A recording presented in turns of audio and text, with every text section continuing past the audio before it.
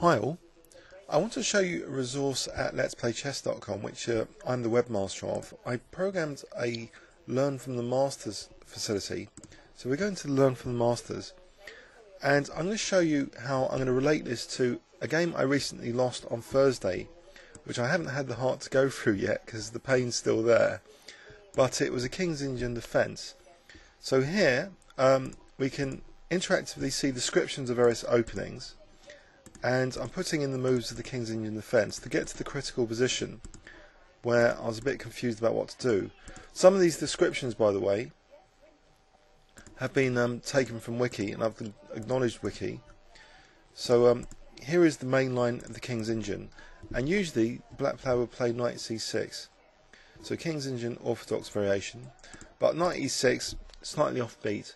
So what would you play here as white? And how would we find out what's in inverted commas main line? Well, I'm going to do tick to use a fen position search, and what that does is create another possibility to look at this position in terms of the next move explorer.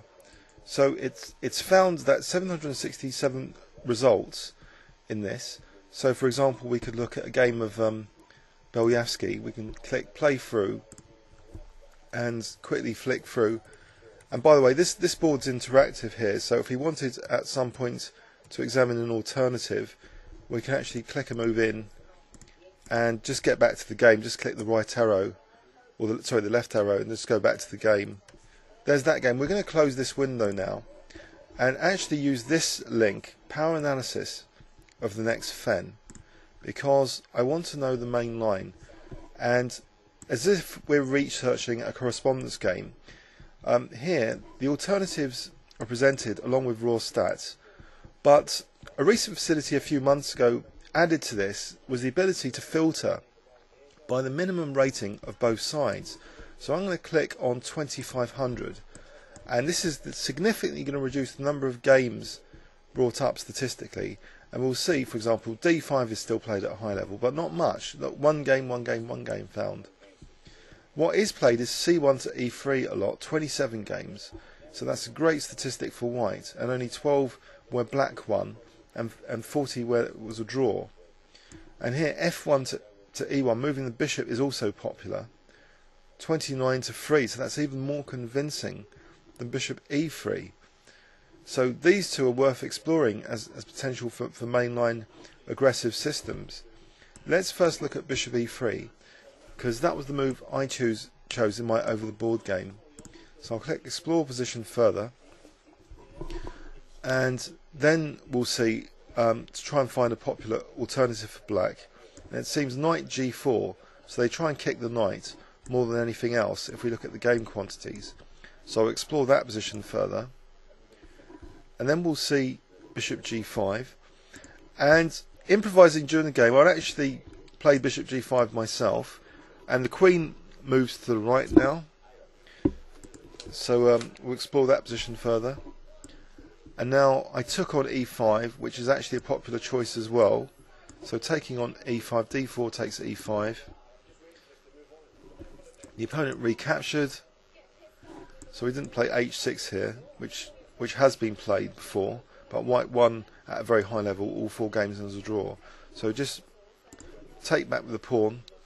So d6 takes e5, and now h3 was in my game.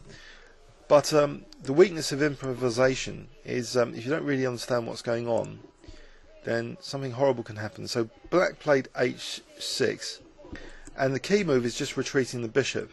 No mention is made in this position of h takes g4, because h takes g5, knight takes g5, technically white's a pawn up, and basically white doesn't really want to do that, because after queen e7 the knight is forced back to h3, and white's lost the important dark square bishop. So structurally d4 is very weak, and also black can reroute that knight on a6 to d4 eventually. For example, knight c5 to e6 to d4, or even c6 first to stop any knight d5 from white, then knight c7 to e6 to d4, which is what occurred in my over the board game.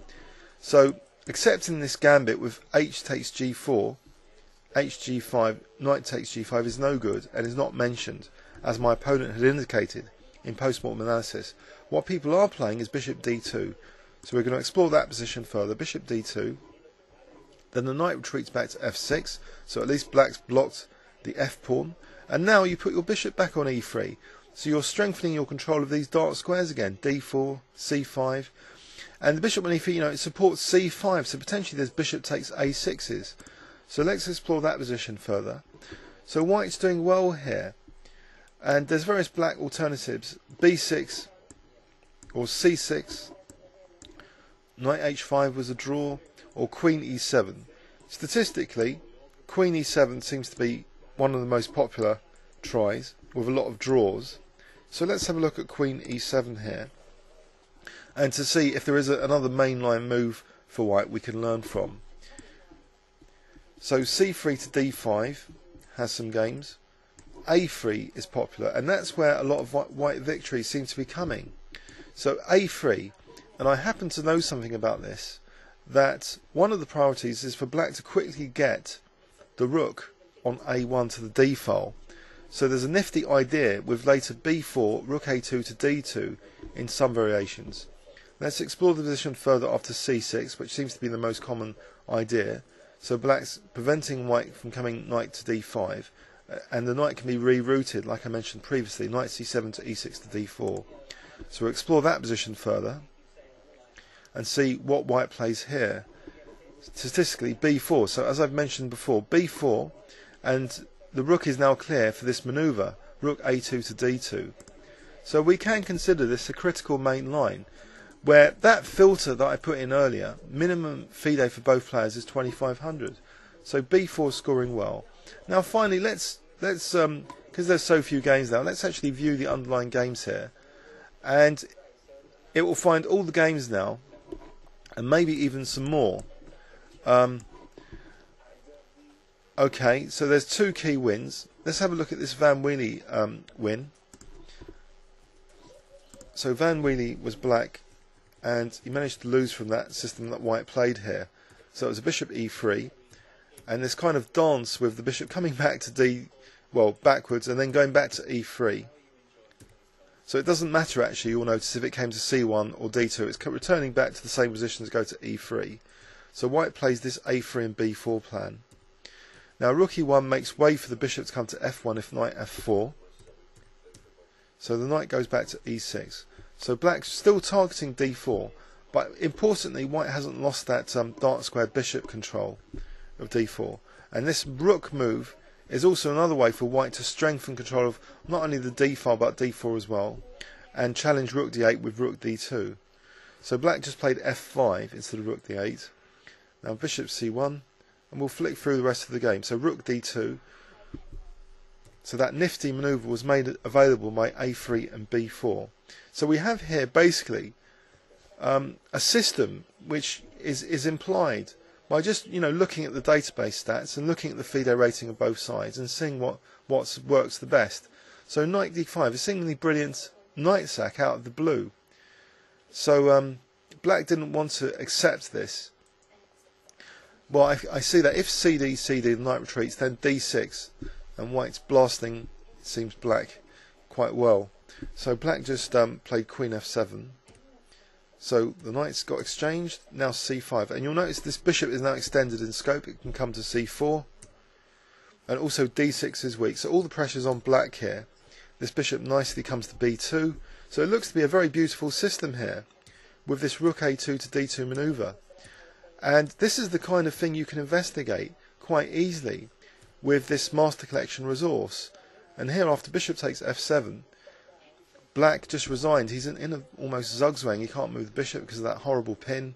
His knight can't move. His bishop's like locked in. Pressure on e5. Black just had enough. So basically this video, as well as looking at the Master Collection, it also represents a good system. If you want to play against knight a6, it seems a recommendable move, as well as rook e1, which maybe I'll do in another video to see why the stats were good for that. But this bishop e3. So one of the pitfalls is after de and bishop retreats, h3. Well, it's not with this move sequence, but if the bishop was on g5, don't try and win a pawn. You need this dark squared bishop. So the bishop has to go back to e3 because it then supports the move c5 eventually. But first, a3 and b4 are very logical as well, supporting this rook a2 to d2 manoeuvre. So we have here a very nice positional play based on the pawn structure and the potential liability of the d4 square. So white's playing very logically. Very nice move now, knight d5. And all of a sudden white's pieces were really extended in scope after this c5 move, and to the point where the d-file domination caused black basically to resign. There was just too much pressure here for black to cope with. I hope you enjoyed that, and check out this master collection. It's a full member facility though, so please consider becoming a full member of Let's Play Chess.com to be able to use it. Thanks very much.